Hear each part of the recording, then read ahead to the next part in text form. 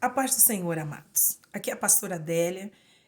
Estou aqui na Igreja Socorrista, aqui no gabinete, e eu quero compartilhar com você a palavra de Deus para o nosso coração, tá? Segundo Tessalonicenses, no capítulo 1, do versículo 3 até o versículo 12, nós iremos ler uma carta de Paulo à igreja de Tessalônica. E o texto, ele é extenso, mas nós vamos ficar com o versículo 11. Ele diz: por isso também não cessamos de orar por vós, para que o nosso Deus vos torne dignos da vossa vocação e cumpra com poder todo o propósito da bondade e a obra da fé. Ele escreve a esta igreja porque ela está debaixo de uma perseguição terrível do império. Alguns irmãos estão dando maus testemunhos e outros estão confusos. Alguns fazem uma interpretação errônea da volta de Cristo. Nada diferente do que tem hoje por aqui. Mas ele coloca para aquela igreja como suportar a tribulação, como passar aquele momento. Então, no versículo 3, ele vai dizer assim: irmãos, cumpre-nos dar graças a Deus pela vossa fé crescente. Então, o primeiro ponto que a gente precisa, no meio dessa loucura do nosso dia a dia, essas tribulações, lutas, esses problemas, é ter uma fé amadurecida. Uma fé que não para diante dos problemas, uma fé que não fica estagnada diante da tribulação, uma fé que não para diante das heresias e das más notícias, uma fé que avança, que no meio da tribulação cria oportunidade para a cada dia se aprofundar mais em Deus. E nesses tempos difíceis, nós precisamos valorizar as coisas certas, as coisas desnecessárias e irrelevantes, deixar para lá.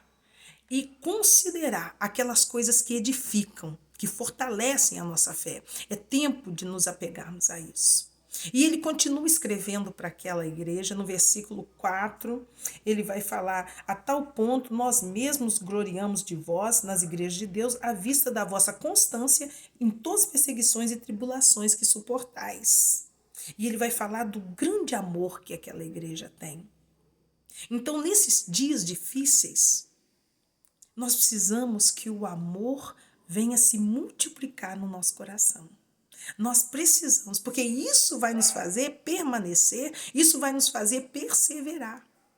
Não podemos cair na armadilha de permitir que o ódio venha morar no nosso coração. Nós não podemos cair nessa armadilha.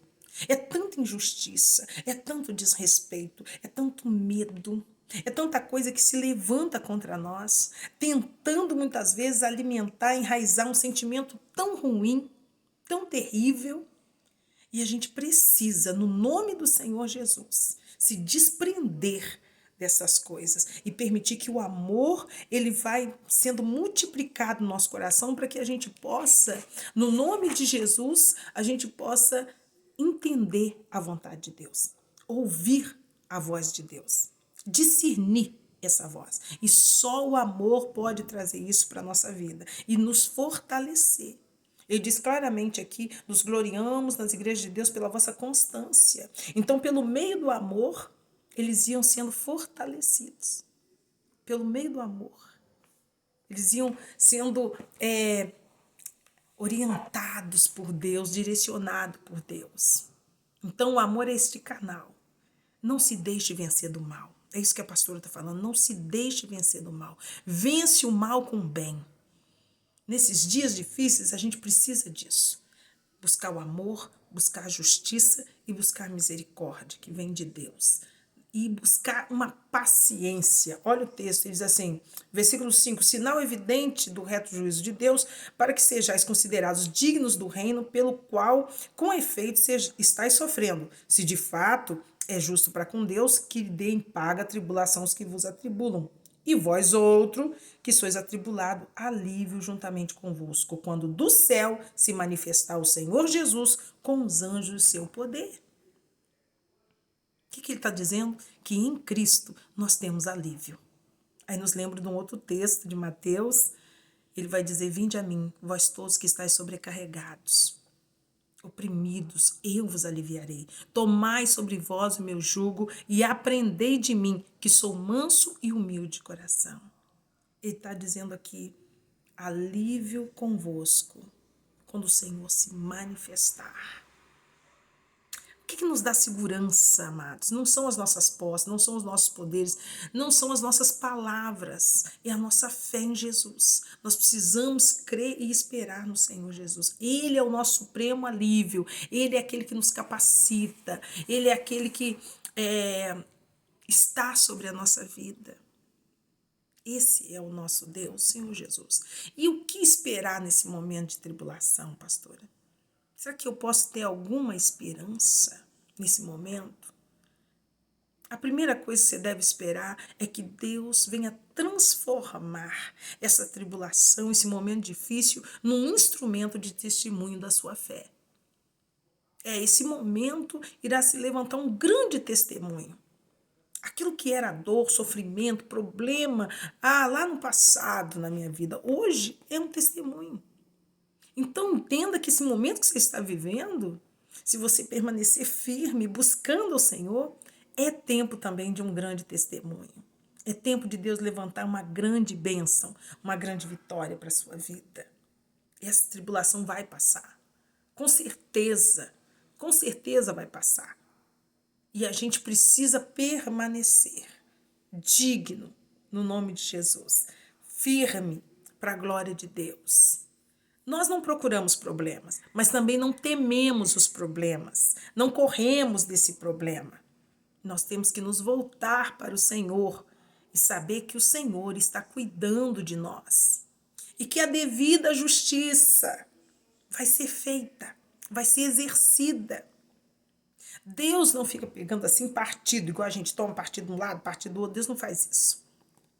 Deus equilibra o jogo.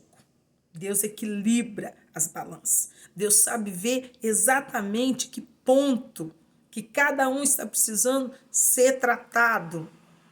Mas o Senhor, Ele deixa bem claro aqui que a devida justiça será exercida. Ele fala aqui, olha, e a vós outro que sois atribulado, alívio.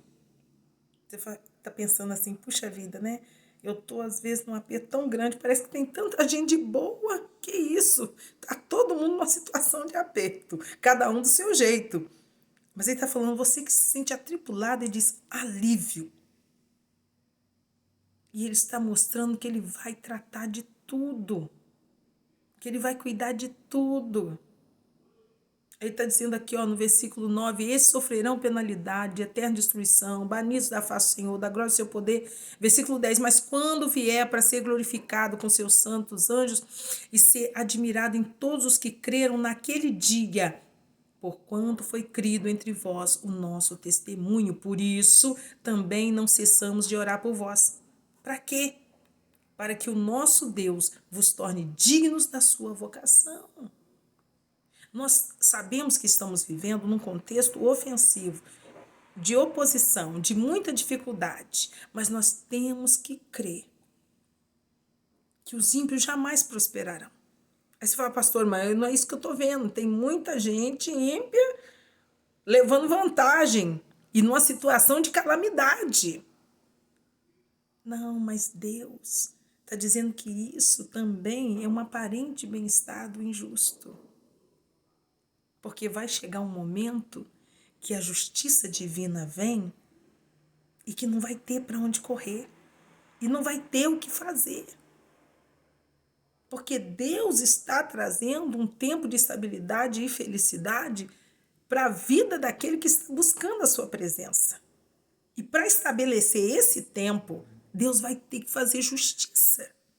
E aí ele vai ter que colocar os pingos nos is e as coisas nos seus devidos lugares. E quem está levando vantagem em tempo de calamidade, quem está passando e levando vantagem por cima da dor, do sofrimento, da vida de alguém, Deus está vendo isso. Isso não está passado em branco assim, como se ninguém estivesse vendo. Não, Deus está vendo isso. E Deus vai estar julgando sobre essas coisas.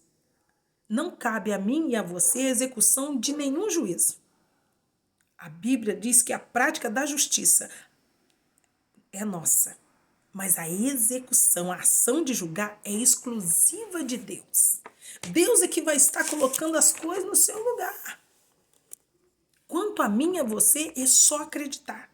É só buscar a Deus, ficar firme no propósito e crer que nenhum culpado será tido por inocente. Até aqueles que estão se passando por bom moço. Não será tido como inocente. Não fique olhando para a sua vida e se achando a vítima da história, a pessoa mais envergonhada, abandonada, desprezada, né? Levaram vantagem sobre mim. Hoje pela manhã eu estava lendo um texto de Gênesis falando a respeito da vida de Jacó e Labão. Labão era sogro de Jacó e ele trabalhou 7 anos para ter a mulher que ele amava, que era Raquel, e Labão enganou ele. Falou assim, não, rapaz, você trabalhou 7 anos por essa mulher, não vou te dar essa mulher, aqui o costume é dar mais velha, e deu Lia no lugar de Raquel. E Jacó amava demais a Raquel, então ele trabalhou mais 7 anos. E aí 14 anos para ter a mulher que ele queria. Depois ainda ficou na família, ficou naquela casa, trabalhando, e durante um tempo Labão mudou o salário dele 10 vezes. 10 vezes mudando o salário que ele recebia pelas ovelhas, e toda hora ele mudando o salário. Interessante que chega no finalzinho ali, ele fala assim, olha, bem que seu pai, ele conversando com Raquel, ele diz assim, bem que o seu pai mudou meu salário umas 10 vezes. Mas sabe que ele não conseguiu me prejudicar? Porque Deus era comigo. É isso que eu quero que você entenda. Às vezes as pessoas até fazem para nos prejudicar. Elas até preparam para nos prejudicar. E num tempo desse que devia todo mundo estar se ajudando, abençoando, se importando uns com os outros, ainda encontra uns e outros para levar vantagem e querer prejudicar. Uns trocam o salário, outros diminuem o salário e outros prejudicam o outro no salário. Você fala, que isso? Mas se você confia em Deus, que apesar da ação das pessoas serem contrário, Deus não permite. Ele falou assim, Deus é comigo. E que Deus é comigo, então não adiantou o outro fazer tudo isso. É isso que eu quero que você olhe. Deus é com você. Viva a vontade de Deus. Viva a bênção de Deus sobre a sua vida. Viva isso.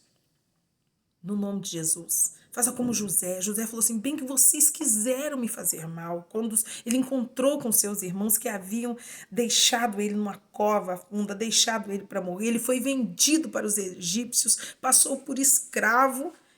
E aí diz, bem que vocês desejaram meu mal, mas Deus transformou a maldição em bênção. É nessa fé que nós cremos. Num Deus que transforma a maldição em bênção. Num Deus que governa o universo. Num Deus que prepara o seu descanso.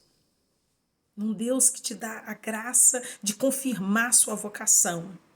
Que é soberano, que é todo poderoso para fazer e realizar sua vontade. E nada pode impedir a vontade de Deus. Eu oro para que você glorifique a Deus na sua vida. E não se esqueça que nos tempos difíceis de tribulação, você tem um Deus para buscar.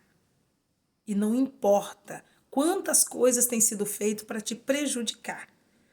Deus é poderoso para transformar a maldição em bênção. Deus é poderoso para intervir a seu favor. Deus é poderoso para reaver todas estas coisas. Deus pode tudo. E que a sua vida, a sua família, a sua igreja glorifique o nome do Senhor. E diz, a fim de que no nome do nosso Senhor Jesus Cristo seja glorificado em vós.